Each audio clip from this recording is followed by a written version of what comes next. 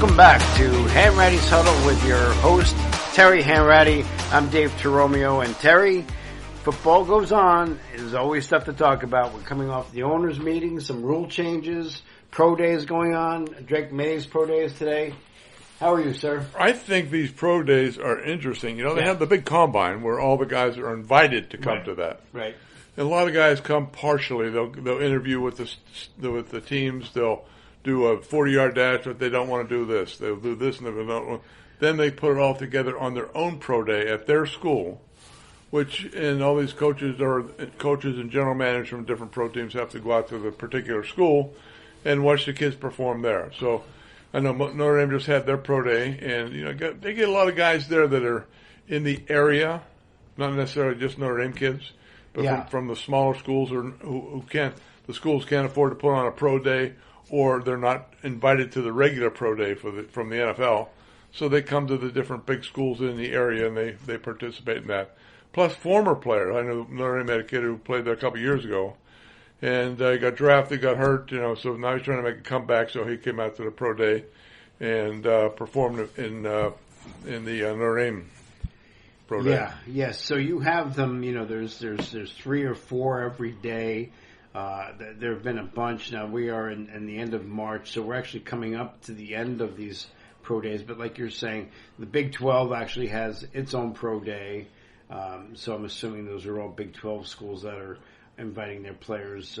Actually, that goes on for several days. So. See, that's new. Yeah. Usually you got the NFL Pro Day Combine in Indianapolis. Yep. Then you got individual schools will have their pro days. And if you have enough draft choices, future draft choices, the scouts will come there. But now they have the Big 12, just the conference. Yeah. Of course, now, the way these conferences are, they're such a mega conference, you got 20 schools that are participating, so it's going to take 2 or 3 days to do everything. Yeah, well, there's one coming up at Yale on April 3rd. If you want to go, maybe you and I should go and throw the ball to each other and see if anybody takes a look at it. Well, I still have only 76. I may have a couple throws left of me. But I wonder who's going there. That'd be interesting to find out who's going to Yale. Maybe it's just for the Northeast group who can't get to these Southern schools. Maybe for I'm sure that's exactly what it is. Yeah. That there are kids at the local colleges who, like I said before, that their school can't afford to have one. Or don't have enough kids from their school. If you got 1 or 2 kids, you're going to put on a whole weekend of pro day and have 2 kids perform. First of all, you're not going to get anybody to come to it. Right. So let's combine everybody, get everybody in a big group, and let the pros come and look at everybody. Take a look.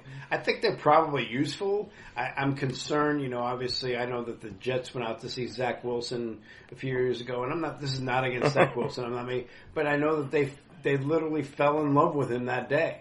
At his pro day. He was running around, throwing the ball, 60 yards in the air on a run. And I think that's what convinced the Jets to draft. I mean, can you make a mistake by, watching a guy? It's a different thing when you're just running around without any pressure, right? It's the biggest gamble you could possibly get. Because everybody looks good in highlight films. Right. And those pro days when you're just throwing with no rush, no uniform on, you have shorts and a T-shirt, right? And you're playing nice with your guy that you threw to all season long, right? Everybody's going to look really good, so you have to look beneath that. Then the interviews are big, right. To have a kid sit down and you talk to him for a half hour and ask him some tough questions, and I think that's where you can formulate the real person behind it. But I would have done the same thing with Zach Wilson. I didn't need a pro day. I saw in games that he played how well he played. So I would have made the same mistake. And we don't know if it's a mistake yet. Kid is still young. He is still young. You never know what can happen with him. I actually saw somebody post the other day, and I actually agree with this, that he might be better off just going to Canada and playing for a few years. I wouldn't do that. I think you get buried. Okay. All right. I would just try to. You have to get on a roster right now. Yeah. I mean, there's a lot of teams that are looking for a third-team quarterback too. So you got to sort of suck up, swallow your pride, and start from the basics again. I'm going to get on a team. I'm going to work my way up, and if there's any injuries, I have to be ready to play. Well, I mean, I appreciate your point, and you're the expert. I mean, I think my point or the thinking was, look at the Canadian Football League has had quarterbacks that have Warren Moon that have entered the NFL and after having success in Canada. Doug Flutie, Joe Kapp going back, started in Canada. So who knows? I definitely think your point is well taken. Get on a roster, and learn the team's offense and go from there. But what do you think of, because as you mentioned, you said about testing and the obviously the conversations, these teams, they want to get to know the players before they draft them. The Wonderlic test. Did you ever have to take that test? Never took the Wonderlic test. And I don't think they had one kid, it was in the paper. Yeah. That, I don't know how they even got the question to him, but it had to do with planets outside of the Earth. Okay. And he didn't believe there were any out there. Oh, he doesn't. Okay. And it was only the Earth. And I would have asked, well, what do you think about that sun, and what do you think about that moon you see every night? But and he swore that there was no one landed on the moon. Oh boy! And so we go, well, let's see where he fell in that. Yeah, the Wonderlic is for those who don't know, it's almost like an intelligence test, but it's a football IQ test. Football IQ test, exactly. And most players say now, if I recall correctly, Dan Marino scored very poorly. Maybe he didn't take it seriously. I don't know. But he scored very poorly on that test. And as we all know, Dan Marino was the last quarterback drafted in that first round of the 6 or 7 quarterbacks. The Steelers passed on him. Everybody passed on him. He was right up the street 5 miles from Steeler Stadium. And of course, the career that he had and the greatness of Dan Marino, nobody can question. So you have to wonder. I mean, it's just so much that goes into it. And as you said, as we have said, football now is a year-round conversation, and so we obviously they just finished up with the owners' meetings down in Florida, and we have some rule changes, and one of them is on the kickoff. The kickoff, I don't know where they want to go with this. Yeah, they've tweaked it a few times. Yeah, and now what they're going to do, you're putting too much emphasis on your kicker being accurate, where he could drop the ball in. Between the 40 and goal line. Or 20 and the goal line. Yep.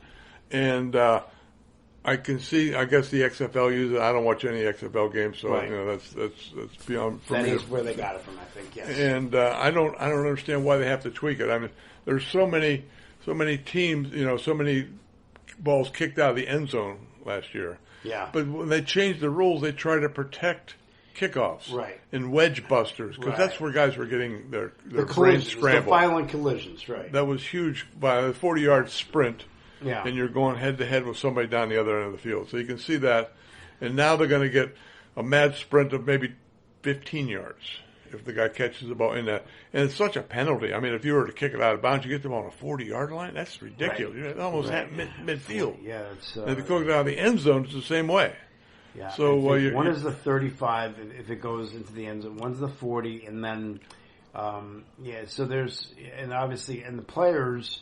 If you haven't seen this lineup, they line up much farther up the field, almost into the territory of the receiving team, and they don't move. Neither team moves for the blockers and the tacklers until the ball is received. And as we're speaking, we see Michael Penix now getting ready for his pro day. So this is very interesting. Number 6 prospect quarterback. So, I don't know. They're always tweaking something. I don't know if I like it either, but the returns are the returns. It's and it's a violent way to go. But even more violent is a punt return. I mean, that's absolutely. What are you going to do about that? Exactly. I did it in high school. That's right. That's the last time I wanted to do it. The ball's hanging for 3 seconds. It's up for a half hour. That's right. And these guys are coming down to knock your brains out. You have to decide. Fair catch. That's right. And even if you call for a fair catch, in the back of your mind, you got to be thinking, Jesus, this guy, you are pretty, you're laid out there, right? You're to the world, so... Yeah, so it's interesting. You have some rule changes. But I think the change they have with the pull down rule, I think that is pretty necessary. I mean, that's one of the. It's not a violent hit, but it's just a contortion of the body that your knees are not going to give that way. That's drawing someone from behind, pulling him down that way, and your knee just buckles underneath you. I've seen that on TV a lot of times, different games. A lot of friends and whatnot. I never had it happen to me, but Yeah. you have nowhere to go with that knee. That's right. And it's only going to get bad. Or your hip, yeah. So, and the hips, the same thing, because you're contorting those different joints the wrong way.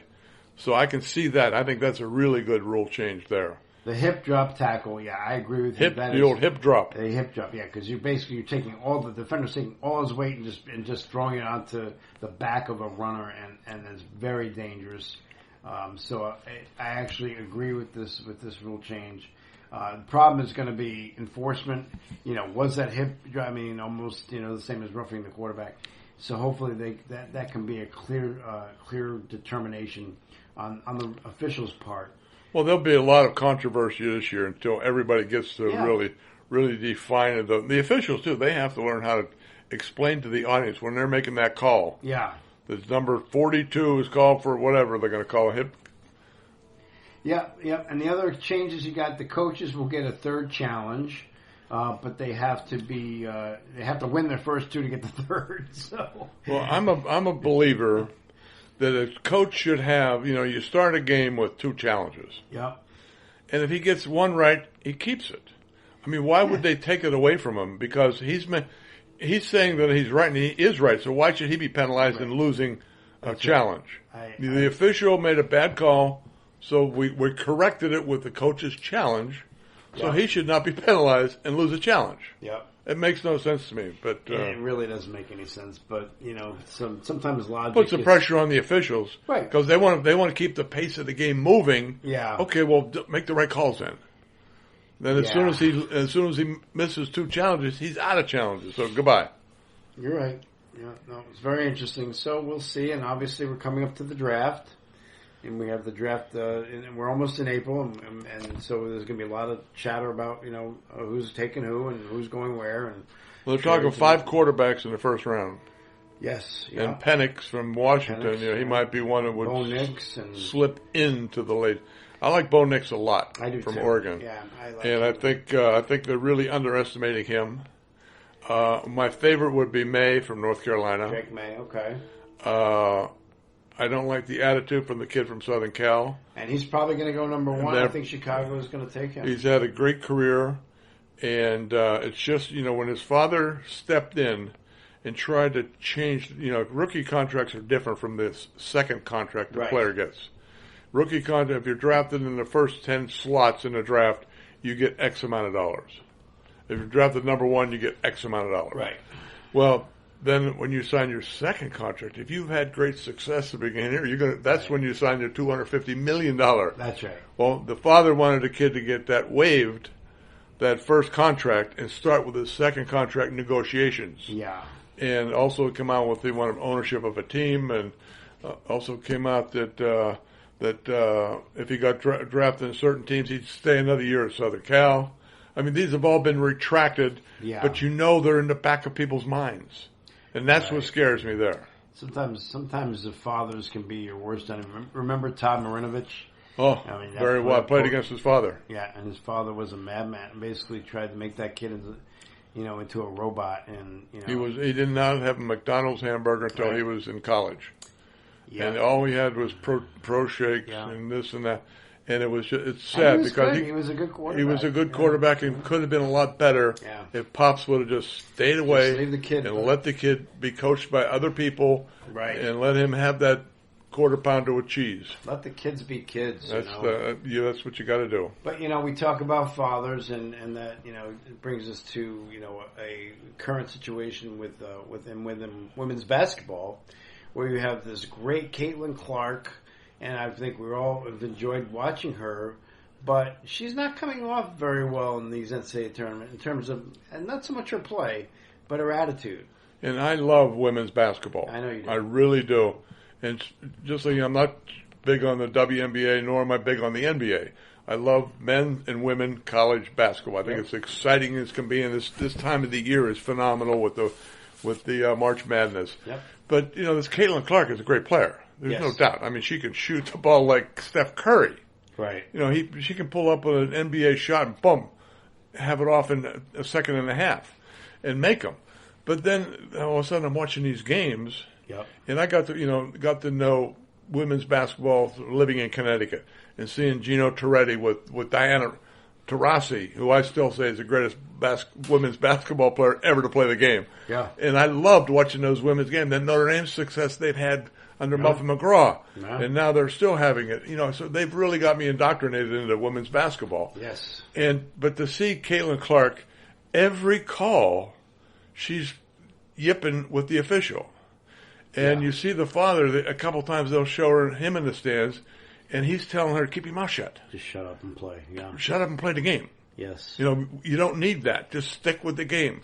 And I don't know whether it just came recently with the success, whether it was something that built over the years, I don't know. But I don't like what I've seen the last game, especially. I don't either. And maybe the pressure's getting to her, because let's put it, everybody now knows who this girl is. They know she's making a lot of money. She's got she's put that team is now squarely on her shoulders to win a national championship. I don't think it's going to happen. I think we live in the basketball capital of the world. I mean, college basketball at least, with UConn men coming off the national championship and looking pretty good again, and all the championships that the UConn women have won. So I'm concerned for her, and I hope it's maybe something she can get through and maybe come off looking a little better as the tournament progresses. Now you hope Pops can get through to her. He's tried, so you got to put give him credit for that. Because you see him in the stands and he's sort of rolling his eyes when she's making a call against the official and yelling at the official. The official's got to sort of take this bull by the horn here and throw a technical on her occasionally. Right. Yes. And just, let's get this thing under control here. Yeah. Because there's a lot of kids out there watching. Yes, exactly. And these girls just love her and they want to play basketball, and she's such a great person for the sport. And all of a sudden, they see her out there yipping. Yeah. Then you go to their games in grade school and you'll see them yipping at the officials. That's right. It trickles down. I've seen it happen a million times, and it's just not fair. We see it, and that's why you see, young athletes or young people, imitating bad behavior from professional athletes, and it's detrimental. It's not helpful. Because here, I've coached for my son football, basketball, and baseball. Yep. And all the travel teams that go along with the all-star teams. For my daughter, I coached softball and basketball and the travel teams and whatnot. And you see someone goofy. I know a kid, when we were in football, he caught a touchdown pass. My team caught a touchdown pass. And all of a sudden I see him in the end zone doing that worm thing. Oh, okay. And I said, pulled him, I said, what the hell's that about? Yeah. He said, well, I saw that on TV doing the worm. I said, you don't do the worm here when I'm the coach. Yeah.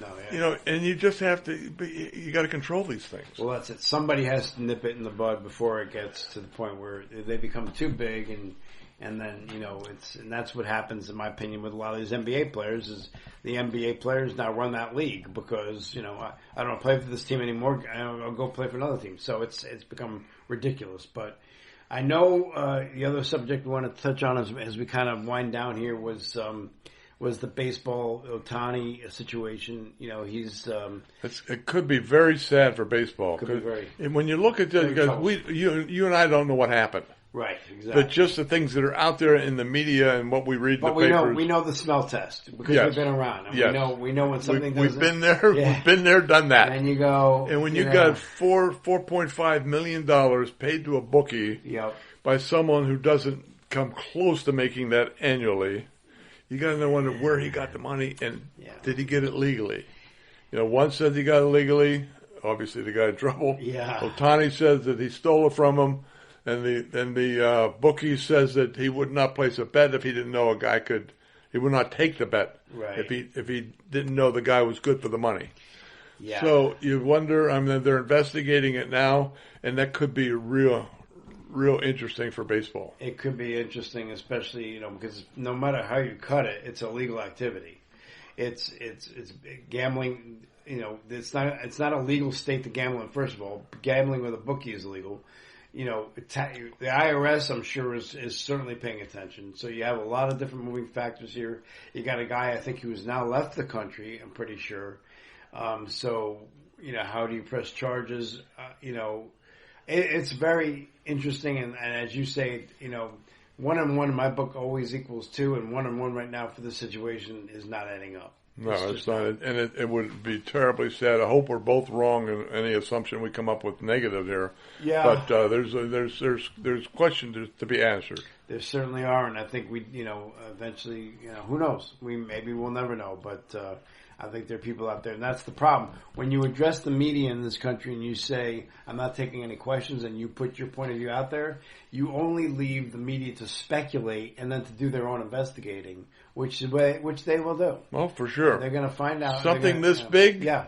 They will. They're not going to let it rest. They're not going to say, hey, Ohtani's a good guy, and he seems like a great guy. He's a great player, and we know he's a great player, but at the end of the day, they're going to want to know how this happened and what happened. Where were your financial advisors? Where was the oversight? Where was your agent?